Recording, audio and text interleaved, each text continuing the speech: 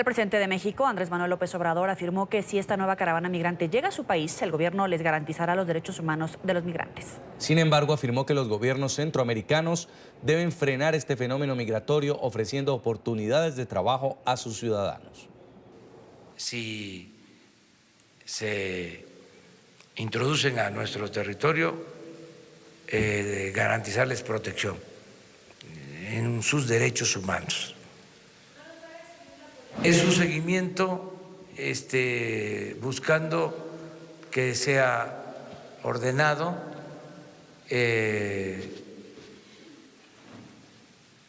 ingreso en el caso de que los gobiernos de Centroamérica no hagan la labor de convencerlos de que se queden a trabajar y que les ofrezcan opciones alternativas de trabajo.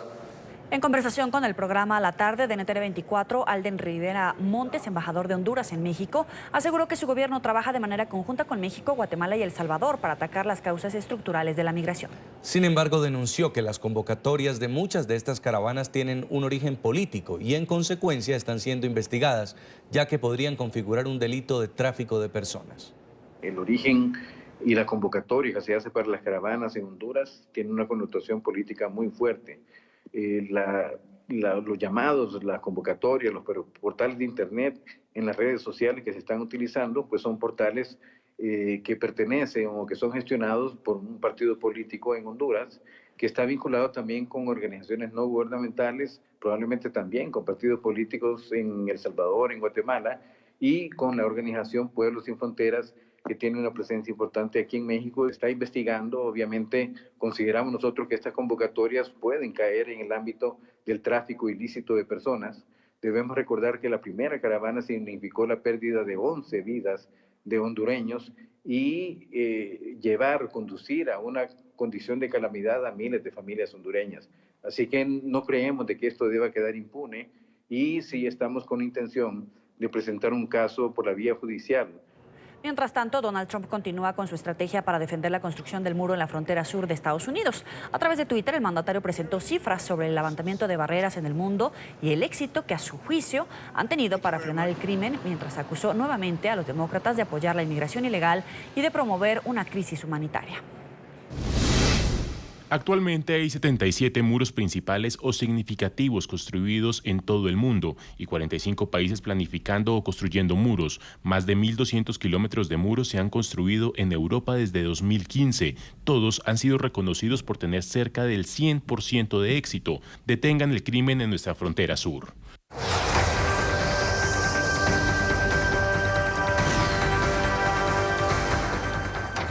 La presidenta de la Cámara de Representantes de Estados Unidos, Nancy Pelosi, pidió a Donald Trump aplazar la fecha de su discurso del Estado de la Unión previsto para el próximo 29 de enero.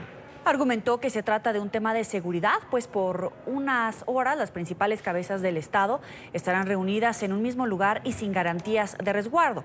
La demócrata afirmó que por el cierre parcial de la administración, dependencias como el Servicio Secreto y el Departamento de Seguridad Nacional se han visto obligadas a despedir o suspender indefinidamente a varios de sus funcionarios. Día 26 del cierre parcial de la administración en Estados Unidos y decenas de trabajadores federales hacen fila para recibir un almuerzo gratuito. Ingresa todas las horas que trabajaste, apaga las comunicaciones y asegura tus pertenencias y espera hasta pronto aviso para regresar a trabajar.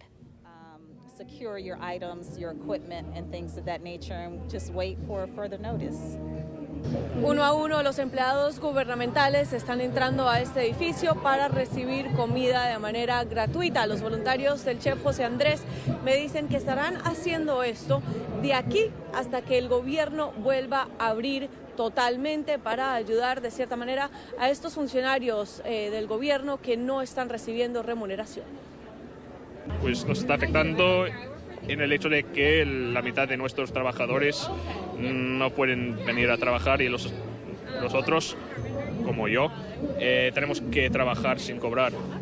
Así que más trabajo y sin cobrar. El pasado viernes fue el primer día que los trabajadores federales afectados, como Benita Dean, no cobraron su cheque salarial. Benita ha considerado buscar otro trabajo, pues está pagando las facturas con ayuda de familiares. Yo puedo, pero tengo familia. Tengo ahorros y así puedo continuar, pero los que no tienen ahorros,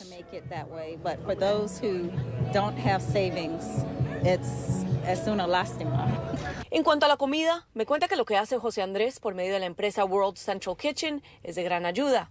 Los voluntarios estiman que hoy han alimentado a más de 1,000 personas.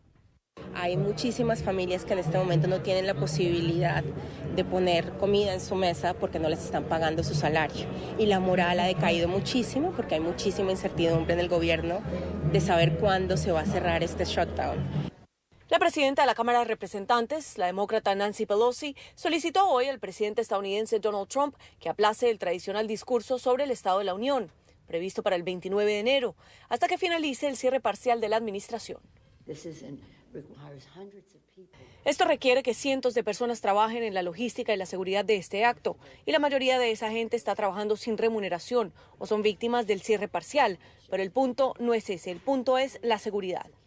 La presidenta de la Cámara señaló que como consecuencia del cierre, el servicio secreto encargado de coordinar, planear e implementar la seguridad de estos actos lleva 26 días sin recibir financiación. El daño económico causado ha comprobado ser peor de lo estimado. Yo quiero que el presidente Trump mire estas caras y se dé cuenta de lo que está haciendo al utilizar a esta gente como sus peones, jugando a extorsionarlos, diciéndole que causará daño a esta gente a no ser de que consiga lo que quiero.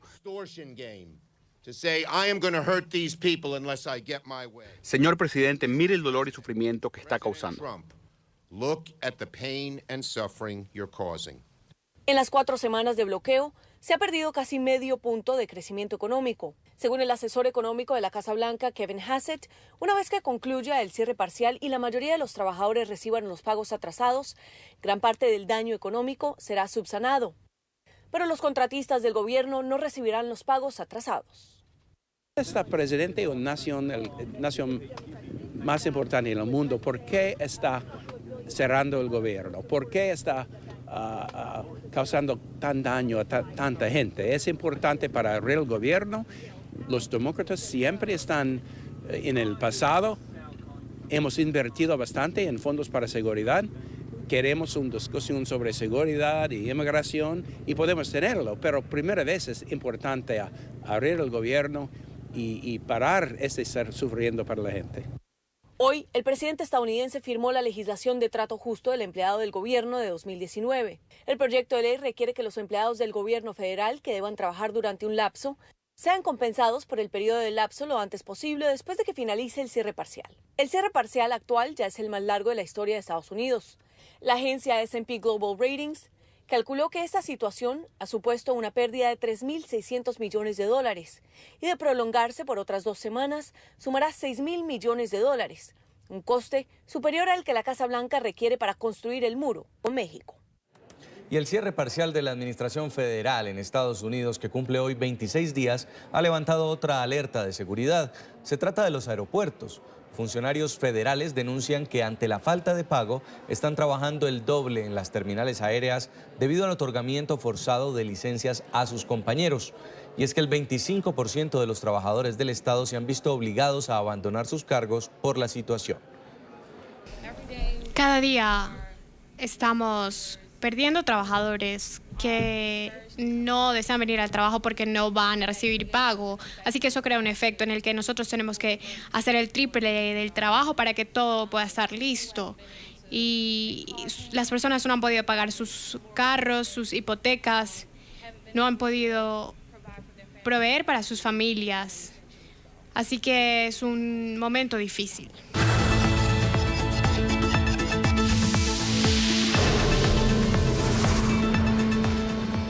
En la audiencia del juicio a Joaquín El Chapo Guzmán en Nueva York no cesa las acusaciones de testigos contra exfuncionarios de distintos gobiernos latinoamericanos relacionados con el narcotráfico.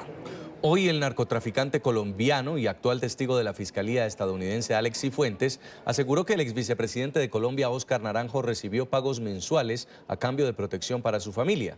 El funcionario colombiano negó estas acusaciones. Laura Sepúlveda, periodista de nuestra cadena aliada La Voz de América, realizó el siguiente informe.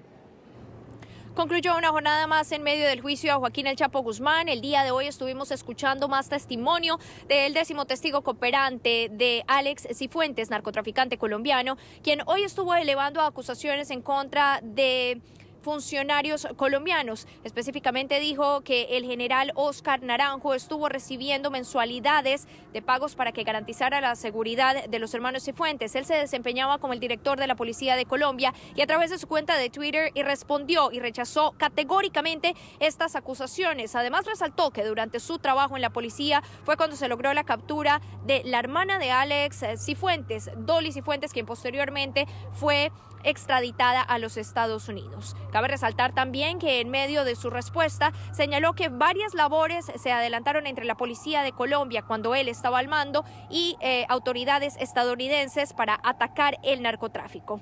Tras el desarrollo de este testimonio, comenzamos a conocer a otros personajes, a otros testigos en medio de este proceso, entre ellos a un agente de la DEA, quien estuvo informando específicamente sobre una labor que adelantó con miembros de la Marina Mexicana. Fueron alrededor de 100 oficiales los que trabajaron por un mes en la captura de 3 objetivos específicos. Uno de ellos era Ismael Zambada, quien, recordemos, ha venido liderando el cartel de Sinaloa desde los años 70 y hasta el momento no ha pagado ni un solo día en prisión. El otro era Joaquín El Chapo Guzmán, quien en este momento está enfrentando 11 cargos por narcotráfico aquí en la Corte Federal del Distrito Este en la zona de Brooklyn. Varios intentos hubo. Uno de ellos fue para capturar al Mayo Zambada. Fue el primer intento y no se logró obtener el resultado esperado. Pero más adelante siguieron avanzando y lograron efectivamente la captura de Joaquín Guzmán Loera. Los detalles los conoceremos en la jornada de mañana, que se adelantará aquí en la Corte Federal del Distrito Este en la zona de Brooklyn. Soy Laura Sepúlveda de La Voz de América desde la ciudad de Nueva York para NTN 24. Y avanzamos. Varios gobernadores de México expresaron su apoyo a la política de combate contra el robo de gasolina que encabeza el gobierno federal. Así lo dieron a conocer este miércoles luego de una reunión con las secretarías de Energía y de Gobierno. Sin embargo, los mandatarios locales de Guanajuato y Jalisco instaron a las autoridades a reabrir los ductos para normalizar la distribución de combustible en las entidades. El gobierno de la República estableció un operativo especial de vigilancia en el ducto que va de Tuxpan, Veracruz a Azcapotzalco, en la Ciudad de México, para evitar que siga siendo perforado por personas que roban combustibles, informó el presidente de la República. Arturo Velázquez Bravo, subdirector de salvaguardia para Pemex y encargado del operativo, explicó que en él participan elementos de la Defensa Nacional y de la Marina. El Ejército, la Secretaría de la Defensa Nacional y la Secretaría de Marina van a encargarse cada uno de la mitad de un promedio de 160 kilómetros. Se van a establecer 16 comandantes a lo largo del ducto, cada comandante al mando de dos células, a efecto de ser más eficientes. El operativo consta de 800 elementos repartidos en los 311 kilómetros del ducto, por el que se trasladan hasta 300,000 barriles diarios de combustibles hacia la Ciudad de México. Teníamos 500 elementos. Ahorita vamos a incrementarlo a un promedio de 850. También contamos con apoyo aéreo, helicópteros, aeronaves para volar de día y también con visión nocturna para eficientar nuestros resultados. El presidente de la República confirmó que la vigilancia en el ducto se reforzó porque sigue siendo perforado por el crimen organizado para extraer combustibles en varios puntos. Nos sacaron de operación algunos ductos, salió de operación el ducto de Tuxpan a Azcapotzalco y se está actuando con rapidez para reparar los ductos, con la seguridad que se tiene que tener en estos casos para no poner en riesgo la vida de los trabajadores y de pobladores, de ciudadanos. El presidente reconoció que la extracción de combustible requiere de un nivel sofisticado de preparación de quienes la ejecutan, pero también de válvulas que se encuentran disponibles en el mercado. Vamos a regular la distribución y venta de estas válvulas para que no cualquiera pueda adquirirlas. Son de las acciones que se han venido decidiendo. El presidente también afirmó que paulatinamente se recupera la normalidad en el abasto de gasolina de la Ciudad de México. El piloto Julio Díaz y los 2 funcionarios de seguridad que viajaban en el helicóptero incinerado la semana pasada en el Catatumbo están secuestrados en poder del ELN, así lo ha confirmado el gobierno de Colombia. El alto comisionado para la paz advirtió que así se aleja mucho más la posibilidad de diálogos con ese grupo ilegal. Las familias de los secuestrados volvieron a clamar que los liberen. Yo digo que sí, lo tienen que, por favor, que lo liberen, que lo más ligero que sea, porque cómo será la angustia de él. La mamá de Carlos Quiseno, uno de los 3 secuestrados en el helicóptero en Acarí, exige el respeto por su vida. A esas familias que seamos tener fortaleza y que si Dios quiere los vamos a tener en casa. El gobierno confirmó que el ELN es responsable de los 3 secuestros. Violando, y esto lo digo yo, todas las normas penales colombianas y toda la legislación internacional. No está permitido el secuestro de personas civiles, no está permitido el secuestro de aeronaves. El secuestro ocurrió el viernes pasado cuando la aeronave que transportaba 1.700 millones de pesos fue atacada con disparos y luego incinerada en tierra. Cantando el himno nacional de Venezuela, cientos de caraqueños recibieron al presidente de la Asamblea Nacional, Juan Guaidó, en Cabildo Abierto. Respaldan un gobierno de transición que genere el cambio político que necesita el país. NTN 24 en el lugar de la noticia con Luis Alejandro Laya. Luis Alejandro, buena noche. Este miércoles en la ciudad de Caracas, el presidente de la Asamblea Nacional, Juan Guaidó, participó en un cabildo abierto en la ciudad de Caracas en el que aseguró que hizo un llamado a los funcionarios adeptos al régimen de Nicolás Maduro para que ayuden a generar una transición en Venezuela. Indicó que para eso fue aprobada la amnistía en la Asamblea Nacional. Cuenten todos esos funcionarios que también quieren cambiar las cosas, que estamos trabajando duro, que lo que protege es el respeto, que lo que protege es la Constitución, son los derechos humanos, no el secuestro que pretenden hacer a nuestros derechos. Sepan todos esos funcionarios que ayer decretamos amnistía y garantías que los estamos esperando. Creo que desde la Asamblea Nacional y desde su persona han asumido todas las competencias del Poder Ejecutivo. Indicó que han aplicado distintas decisiones que necesitan de la presencia y del apoyo de la Fuerza Armada Nacional para ser ejecutadas. Y es nuestro rol, y por eso asumimos las competencias que nos da la Constitución de este Parlamento Nacional y decretamos amnistía y congelamos las cuentas y no vamos a permitir que se sigan robando la plata. Y más importante de lo de ayer, nuestra gente que la está pasando mal.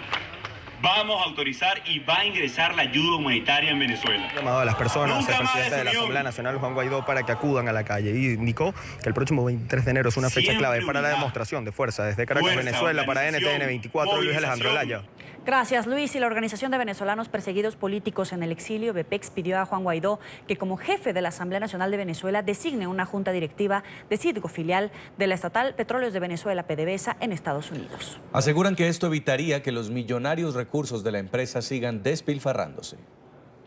Desde Miami, la Organización de Perseguidos Políticos VPEX, que reconoce a Juan Guaidó como su presidente legítimo, le ha solicitado que desde ya se considere como prioridad realizar los cambios a los directivos de Citgo y así retomar el control de estas importantes divisas económicas del país.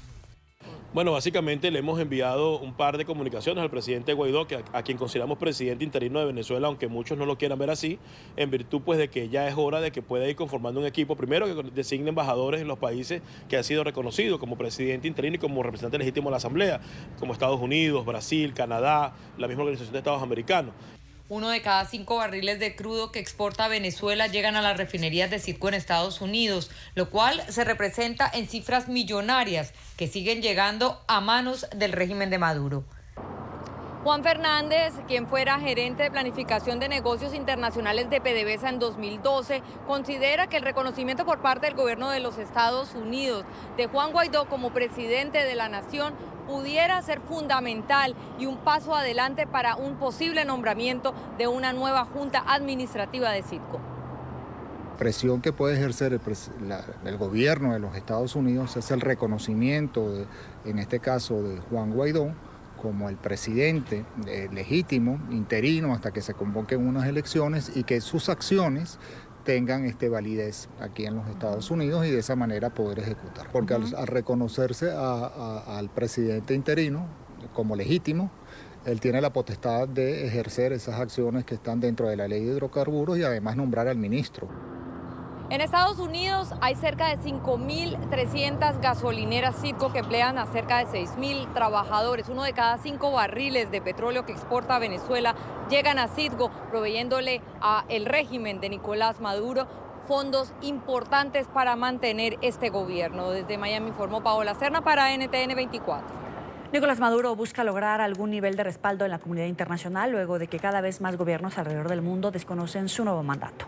Por esa razón fue enviado a la ciudad de Nueva York el ministro de Relaciones Exteriores de Venezuela, Jorge Arriaza, quien tuvo en la tarde de hoy una reunión con el secretario general de la ONU, Antonio Guterres. NTN 24 en el lugar de la noticia con Alejandro Rincón. Alejandro. Hola, es un gusto saludarlos desde la sede general de la Organización de Naciones Unidas, en donde ha tenido lugar en la tarde de este miércoles un encuentro bilateral entre el secretario general de la ONU, Antonio Guterres, y el ministro de Relaciones Exteriores de Venezuela, Jorge Arriaza. Encuentro que tuvo lugar luego de haber sido cancelado el martes, día previsto originalmente para esta sesión. En esa reunión entre el jefe de Naciones Unidas y el canciller Arriaza se trataron distintos temas de interés para Venezuela. Al término de ese encuentro se esperaba que el canciller Arriaza respondiera preguntas a la prensa. De hecho, convocó a los medios de comunicación para este propósito. Sin embargo, a la sala de medios de Naciones Unidas acudió para entregar los aspectos generales sobre el diálogo que sostuvo con el secretario general de la ONU. Escuchen a continuación algunos de los elementos más destacados de esas declaraciones del canciller Arriaza. El secretario general está atento y está al tanto de la realidad venezolana y siempre ha manifestado su disposición para ayudar y, la necesidad de que los venezolanos siempre podamos resolver soberanamente y entre venezolanos y venezolanas nuestros asuntos, sin la intervención de ningún país. Hemos también denunciado ante el secretario general, Antonio Guterres, que de nuevo está en marcha un intento de golpe de Estado en Venezuela.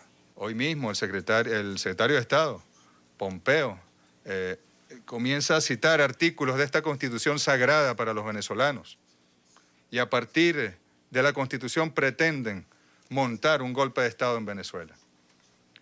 Es lo absurdo de lo absurdo. Por el momento, el siguiente elemento por tener en cuenta para conocer qué más trascendió durante este encuentro bilateral vendrá de parte de la Secretaría General, una vez tengamos la oportunidad de hacer la consulta directa sobre algunos temas adicionales que se hayan tratado en ese encuentro, dado que por el momento la Secretaría General no ha entregado algún comunicado o precisión sobre el encuentro bilateral en la tarde de hoy.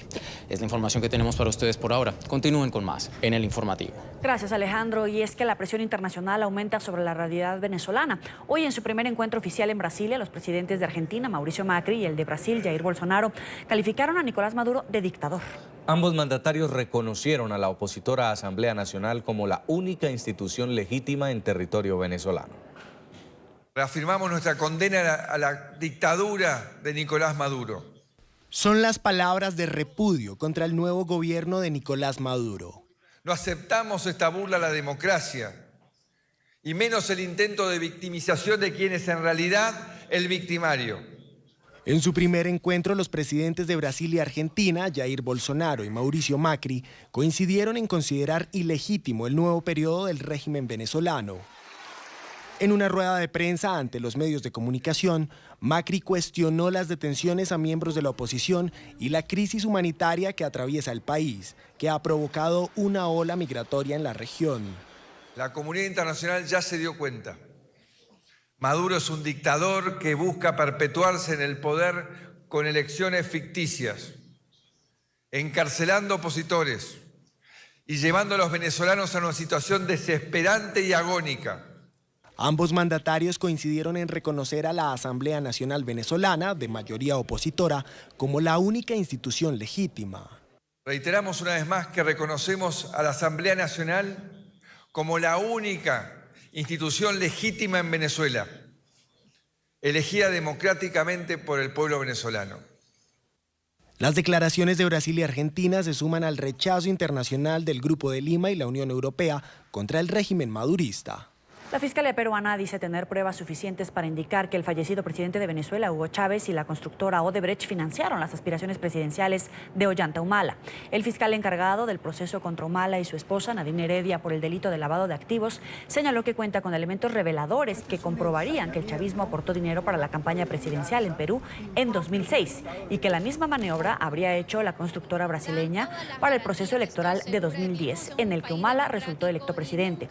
La expareja presidencial podría enfrentar una pena de hasta 20 años de prisión. Tras un intenso debate en la Cámara de los Comunes, la primera ministra británica, Theresa May, logró superar la moción de censura en su contra. 306 legisladores votaron a favor de la salida de May y 325 en contra del proceso de dimisión. La iniciativa había sido presentada por el líder de la oposición laborista, Jeremy Corbyn. La noticia se conoce luego de que la contundente derrota de May en su intención de que el Parlamento británico aprobara el acuerdo alcanzado entre Londres y Bruselas para el Brexit. Ahora la primera ministra británica tendrá plazo hasta el próximo lunes para presentar un plan alternativo para la salida del Reino Unido de la Unión Europea. Yo estoy honrada de que esa Cámara ha expresado su confianza en el gobierno esta noche. No tomo esta responsabilidad a la ligera y mi gobierno va a continuar trabajando para incrementar la prosperidad, garantizar la seguridad y fortalecer nuestra unión. Y sí, vamos también a continuar trabajando. Propongo una serie de reuniones entre los parlamentarios en los próximos días y me gustaría invitar a los líderes de los partidos del Parlamento a reunirse conmigo individualmente y me gustaría comenzar estas reuniones hoy mismo. Los rescatistas en Málaga se han dado un plazo máximo de 48 horas para encontrar al niño Julen, de 2 años, que según sus padres cayó en un pozo de 110 metros el pasado domingo. En las últimas horas fueron hallados restos de cabellos del menor. A los trabajos de rescate se unió una empresa sueca que en 2010 ayudó a localizar a los 33 mineros chilenos. Este miércoles continuó el cuarto día de rescate del pequeño Julen en la localidad de Totalán, en Málaga, al sur de España. Las autoridades locales confirmaron que en el pozo se encontraron restos de cabello que pertenecen a Julen, según se pudo comprobar con las pruebas de ADN que se hicieron luego de comparar los restos con muestras facilitadas por los padres. Los responsables del operativo de rescate se han dado 48 horas como plazo máximo para poder localizar a Julen. Entre el material extraído en el fondo del tubo se ha hallado restos biológicos que corresponden al menor Julen. Por lo tanto, en este sentido ya tenemos una certeza de que el pequeño está allí y eso significa, bueno, pues una noticia que va en la misma línea que teníamos toda la investigación, pero ya hay una confirmación, hay una evidencia científica. Estamos con la galería, la preparación de la plataforma para la galería de acceso lateral y estamos con la extracción. No abandonamos el siguiente tubo paralelo, pero vamos a ir dándole prioridad conforme sabemos o tenemos evidencia. Pese a que las horas transcurren sin conocer la ubicación exacta del pequeño Julen, sus padres no pierden la esperanza. No vamos a decaer hasta ahí, tenemos la esperanza que no la vamos, como he dicho, estemos muertos, porque no, yo parece que llevamos aquí meses. A los trabajos de rescate se han sumado especialistas como la Brigada Central de Salvamento Minero de UNOSA, llegados desde Asturias, y operarios de la empresa sueca Stockholm Precision, que ubicó a los 33 mineros atrapados en Chile en el año 2010, gracias a su tecnología de geolocalización. Según informó la Guardia Civil, han sido más de 60 ofrecimientos de ayuda los que se han dado, tanto de empresas públicas como privadas. En estos momentos son 9 equipos de ingenieros los que están trabajando en el terreno. Este es el informe Marcelo Moncayo, NTN 24, Madrid. El presidente de Kenia confirmó que todos los terroristas que atacaron este martes el Hotel Dusit en la capital del país fueron abatidos en un operativo que se prolongó por más de 20 horas. Las autoridades confirmaron que 14 personas murieron en el atentado del grupo yihadista Al-Shabaab, entre ellos un estadounidense y un británico. El presidente de Kenia confirmó que la operación de seguridad para reducir a los terroristas que atacaron el complejo hotelero y de oficinas Dusit, ubicado en Nairobi, culminó. El mandatario confirmó que 700 civiles fueron rescatados por las fuerzas de seguridad desde el inicio del atentado y explicó que se reunió con el Consejo de Seguridad Nacional. Aseguró que se perseguirá a cualquier persona implicada en la planificación, financiación y ejecución del hecho de violencia que se adjudicó al grupo yihadista Al-Shabaab. Ahora puedo confirmar que desde hace una hora la operación de seguridad en el complejo Dusit ha terminado y todos los terroristas han sido eliminados. A partir de este momento tenemos confirmación de que 14 vidas inocentes se perdieron por las manos de estos terroristas asesinos, con otros heridos. Aunque no precisó el número de asaltantes, aseguró que ya no existe ningún riesgo en la zona y felicitó a los oficiales de seguridad por su respuesta. Además, dio a conocer que entre las víctimas se encontraban 11 kenianos, un ciudadano británico y uno estadounidense. Este martes, un fuerte estallido seguido por un tiroteo activó las alarmas de los residentes de la exclusiva zona de Westland. La policía acudió al lugar y se encargó de la evacuación de todos aquellos que se encontraban en el inmueble, así como de una universidad y otros edificios cercanos. Las estremecedoras imágenes divulgadas por la prensa internacional daban cuenta de varios vehículos incinerados y algunas personas cubiertas de sangre que corrían despavoridas.